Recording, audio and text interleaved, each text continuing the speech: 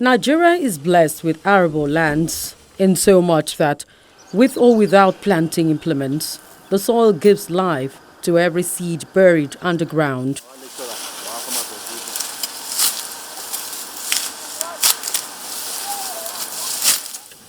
However, for better and larger production, farmers in the country employ mechanized farming inputs to keep production beyond its local consumption. In the past, Nigeria was famous for the export of cash crops like groundnut and palm kernel oil, cocoa, among others. But over the years, the rate of export of this produce has reduced. Agriculture is at the center of the country's economy, providing the main source of livelihood for the majority of Nigerians. The farming sector employs about 70% of the entire country's labor force. Nigeria's small farms is said to produce 80% of the total food from 33% of the country's land. Government after government have insisted on diversifying the economy and making agriculture its well of wealth and food basket.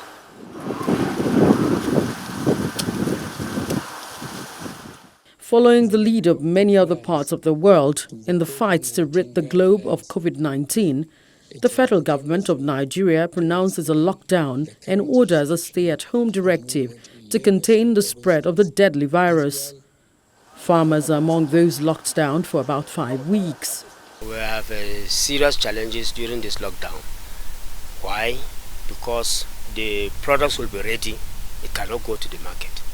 Even those that are coming to buy, they are afraid for the long distance that they are blocking roads. They cannot take it to the market. And we have market only once in a period. Working on the farmland, you see the problem we have here right now, the rainy season that has just come up. It has increased the labor on the farm. And with this COVID-19, we are now having challenges where the workers cannot even come immediately. You cannot find them because they don't have the permit to come. Some of them come in a far distance, and that's why it is very difficult for them to reach the farm. So we have these challenges. Maintaining the farm itself at this COVID-19, we have serious problems. We have not been finding it easy. We planted crops targeting this period in which that we can able to get good yield and better profit from it. But because of this incident, we are not able to meet up what we are targeting for. Because of the lockdown too, it also affects our business. But we thank God for the little opening, the ease of the lockdown. We are able to take some of the crop to the market. Majorly, the middlemen, they are the one beating up the prices of the crop.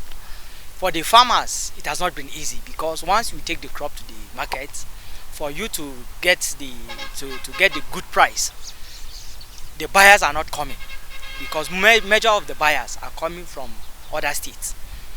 So if the buyers are not coming to the states in order to buy, then we cannot able to meet up. We are not able to get the better price for the goods. It's only when I'm going to the farm alone that I find it easy because I have a motorbike, Okadas to be precise. But anytime I want to carry something, maybe for my farm produce from farm to my house or to wherever I want to sell, or bringing something in, like when I wanted to apply fertilizer to my maize, I find it difficult bringing it down. You can't imagine a driver charging me about 500 naira per bag, whereas before the lockdown it used to be 100 naira or so. So that has been some of the difficulties. I welcome you.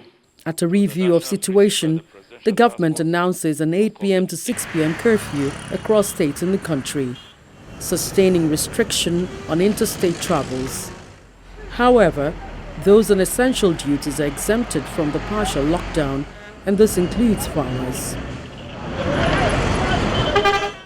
You will recall that when the new measures were rolled out and published, we ensured that certain economic activities pertaining to food production and distribution were exempted.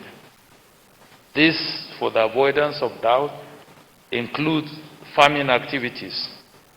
We recognize the fact that we are in the planting season and the nation cannot afford to prevent our hardworking farmers from going to their farms.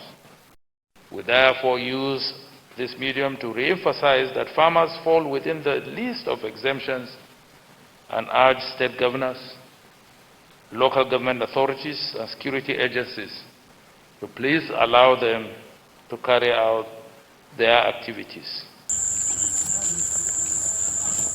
Ensuring food security in a country with the highest number of people living in absolute poverty in the world will prove extremely testing at this time, as farmers experience difficulty in returning to their farmlands for the 2020 farming season.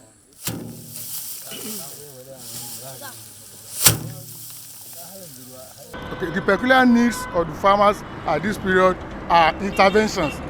And what are those interventions? We are looking at credit facilities. Farmers need credit facility now more than ever. And this type of credit facility we are talking about is in the area of, we are talking about something like a soft loan that can be given to farmers, okay?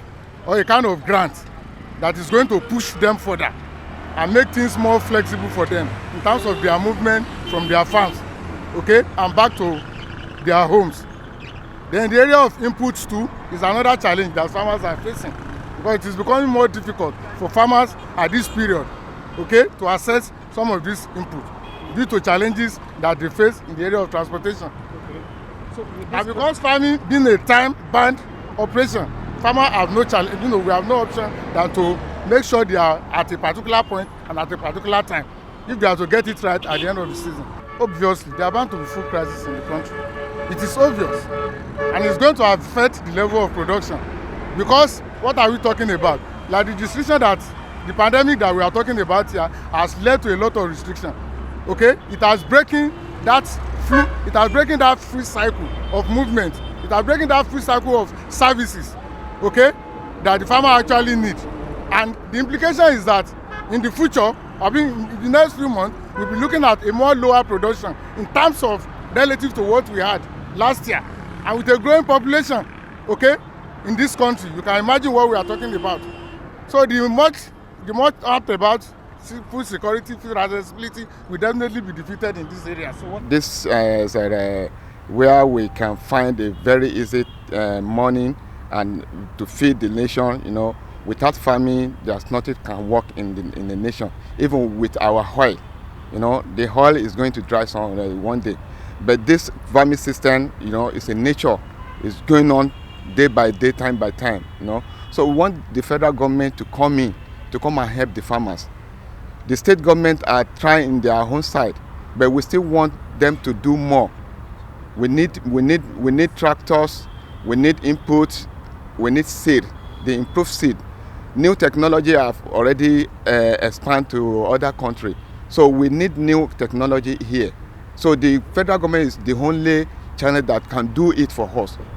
The states have their limit of doing these things, but the federal have the mighty power to do all these things.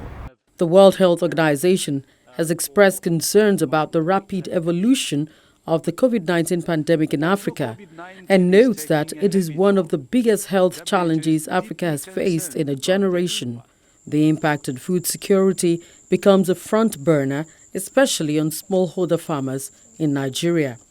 Unless government pays more practical attention and less of rhetoric to agriculture in Nigeria, the country could be heading towards severe food crisis in post-COVID-19 and possibly even before the pandemic is over. Actually, COVID-19 has very serious implications on our agricultural systems. And if you look at our system, how it's connected to the economy of the country, so you see that it has a very serious implication for the Nigerian economy. There are some major issues that this lockdown or the effect of COVID-19 in general have on the economy, on the agricultural system as we are talking about. You know that presently we have very limited health infrastructure in Nigeria, and you know that there is an intricate relationship between health, food security, because malnourishment is one of the things that, so when people don't feed well or eat the right kind of food, if there's no food security, what it portends is that there is problem it causes health problems. So that is one. So when people don't see the right foods, now that we're on lockdown, and then people are not growing the right kind of vegetables that gives people the kind of nutrition that will help us, you'll find out that it has serious implication for health also. So agriculture is in the centerpiece of what is happening now. Well, we also don't have robust safety nets. You can see that the only kind of safety nets we have in Nigeria currently is where government is giving handouts of, I don't know whether it's 5,000 or 10,000 to some traders and all those things. So if we have a robust safety net in our country, it wouldn't happen, but we don't have that presently. So people who are poor, they don't have anything to fall on, except perhaps, what do you call it, what they are giving people known as palliatives. Then you will understand that if people suffer from acute or chronic hunger and malnutrition, it affects their health. So, and lack of all these things that we are talking about, sitting down at home, people not being able to go to their farms, you can see that already this is May, and this is the onset of rains, and farmers cannot go to farm. Even if they want to go, they don't have the basic amenities, they don't have the transport infrastructure, they don't have, they can't move, and then to buy the essential things will be very difficult. So it's also, COVID-19 is also causing a break in this system, which will overall affect the whole thing.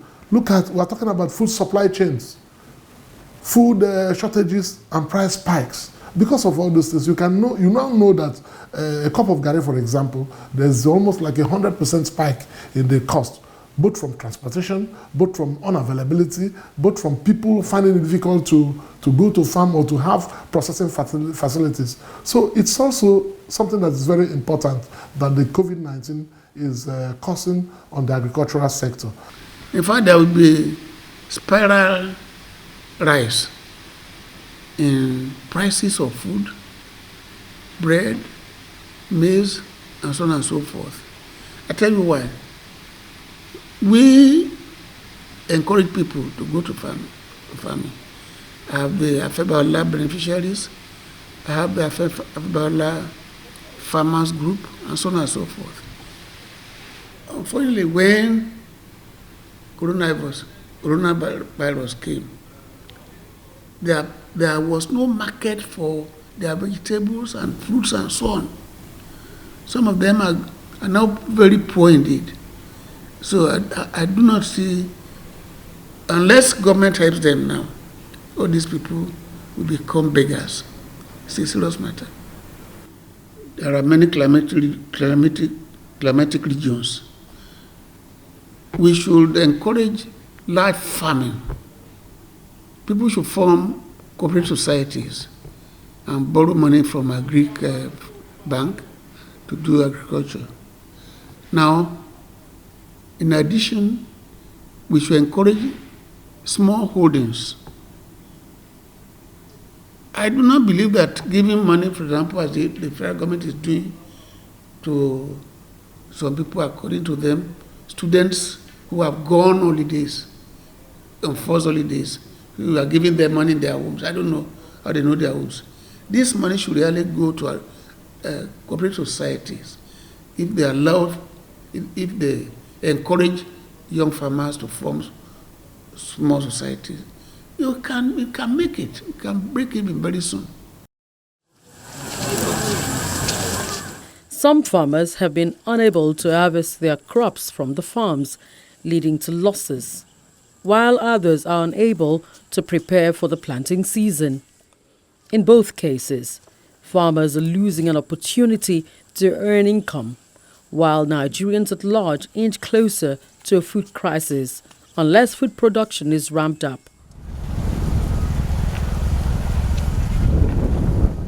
Smallholder farmers lament inability to produce food. It is good that we have corona, but very unfortunate that people are dying. I think that it's a kind of disease that will only make people weak and come back later. Maybe our government, our top officials, we now think and come back home. There is a man that said, we have come home to the green fruit hill. This is the time for every one of us to come down to the green fruit hill. Farming, this is where the future lies. There's nothing for oil again. Oil is gone. And thank God, it's quite unfortunate. They are so rest in peace. There are politicians that are dying and stuff, and all other people. I know coronavirus doesn't segregate poor or rich. But notwithstanding, this should be a lesson to every one of them to calm down and improve farming. We have machines there. These things are not available here.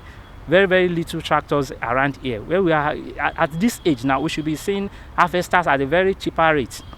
Farm machineries that we use to aid our workings to make us go wide. Like an average farmer here cannot do more than, let's say, 5, 6, 7 hectares. Whereas we have the land to do like 50, 500 hectares, but we don't have the bulldozer to clear land. In a situation like this, where there is a tight security check, food trucks, mostly perishable foods, are stuck here after hours or days on the road travel. A pointer to the hike in prices of some foods.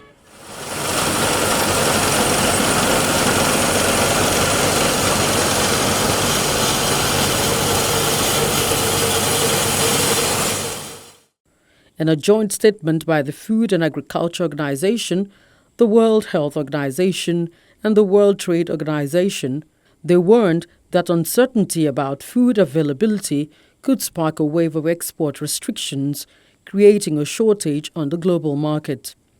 In the event of such a possibility, exhibited by Russia, which placed an export restriction on its wheat, farmers in Nigeria are skeptical of the nation's ability to feed its people. Truly, you know very well that from every indication, you say for the past 3 years, farm produce has never appreciated. You see a bag of rice is selling between 8 and 10,000. Maize is between 5 and 8,000. But as I'm talking to you now, it's appreciating because the writing is on the wall now. Everybody knows that food scarcity is imminent. It's affecting us. Innocent Akpabio lives in Uyo, the Akwa Ibom state capital. He sells day-old chicks, broilers and pullets online. He buys online and supplies to clients across the country. All these are mortalities. He says he and his colleagues have lost a huge sum in the business due to the non-compliance of security agencies to the exemption of farmers from the partial lockdown. I had to refund some customers because the lockdown, there's no road. Last week, a client of mine lost about 32 beds. The bus drivers, they leave Monday, they arrive Uyo Akwa Ibom by morning, 8 a.m., 9 a.m., 10 a.m. I buy all the way from Ibadan hatcheries. When clients book online, I supply them nationwide. So these days, because of the lockdown, birds get to Uyo Wednesday. It will take 48 hours for birds to survive without eating, the hatchlings, the new day-old chicks.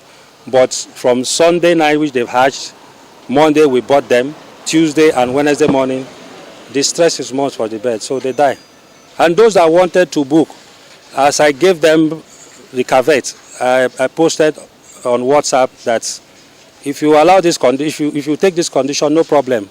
They say no, Oga, after lockdown they will book. From what I've heard from drivers, when you call them, they are on roadblock. The Onitsha bridge, they don't allow them pass. And by the time they pass, like the last driver, he told me they wait till night before they allow them pass. So I don't know why they allow them pass in the night and not in the morning. If government have said there's a free flow for livestock or poultry or agric products, they should allow it be.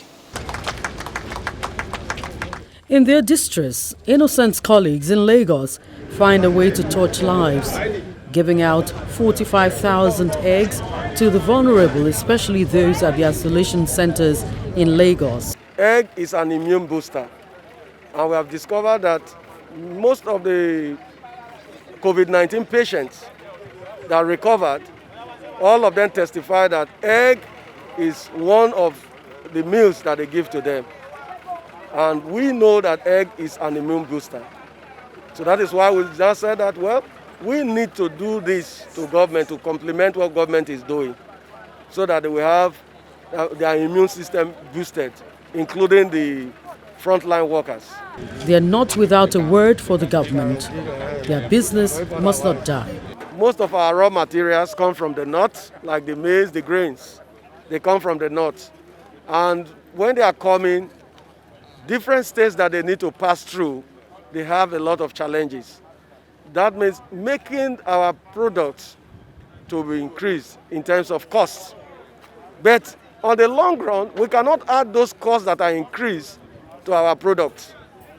Even as now as costs are being increased in other products, the cost of egg is equally coming down. So our farmers are burying their eggs because people are not buying, since we all know that Nigeria is an agrarian economy. Majority of the people, if they don't go out, they don't have money to spend. Government should offtake the eggs, the products from farmers. They can subsidize it. Now, if we are selling eggs for like 900, government can give farmers 450, and farmers can now go and sell at 900. At 450. That means you sell 450 to the consumers, government has already given you 450, that makes your 900. Because producing a crate of egg now is well over 700 naira to produce one crate of egg. But right now, as we speak, we are selling some of our products less than that cost of production. So farmers are crying. Right now, you know, the CBN loan is a loan, it's not a grant. Assuming it is a grant, we can now say we are having effect. And nobody at this period will want to take a loan. How do you pay back? Assuming the farmers that are burying their eggs now took loan, which some of them even did. How would they pay back? They can't pay back their loans. Because you are burying eggs, how will you go and explain to the bank that you borrowed, that you are burying your eggs? It will be difficult for the banks will want their money back. The other challenge I believe we have is inability to shift from the traditional use of eggs. Like all of us want to eat egg, we eat either boiled or fried. And that's just a fractional part of egg usage. You know, we can have egg powder. And if you have egg powder, like you sachet your powder milk, you can sachet it, and all over the villages, people can add it to ogi, they can add it to custard, they can add it to any beverage. The nursing mothers can do it. So the shelf life will increase drastically. So you can powder it, will last for over 1 year instead of raw eggs lasting for 1 or 2 weeks.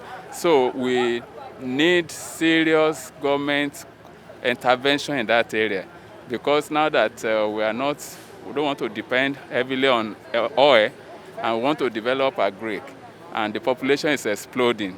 We need to expand the use of eggs. We can also do egg liquid. In other words, we can have a whole white eggs. You can also have a whole white and yolk, or you can even have yolk separately, so that those people who are concerned with cholesterol can take egg white, and they wouldn't bother about fearing cholesterol.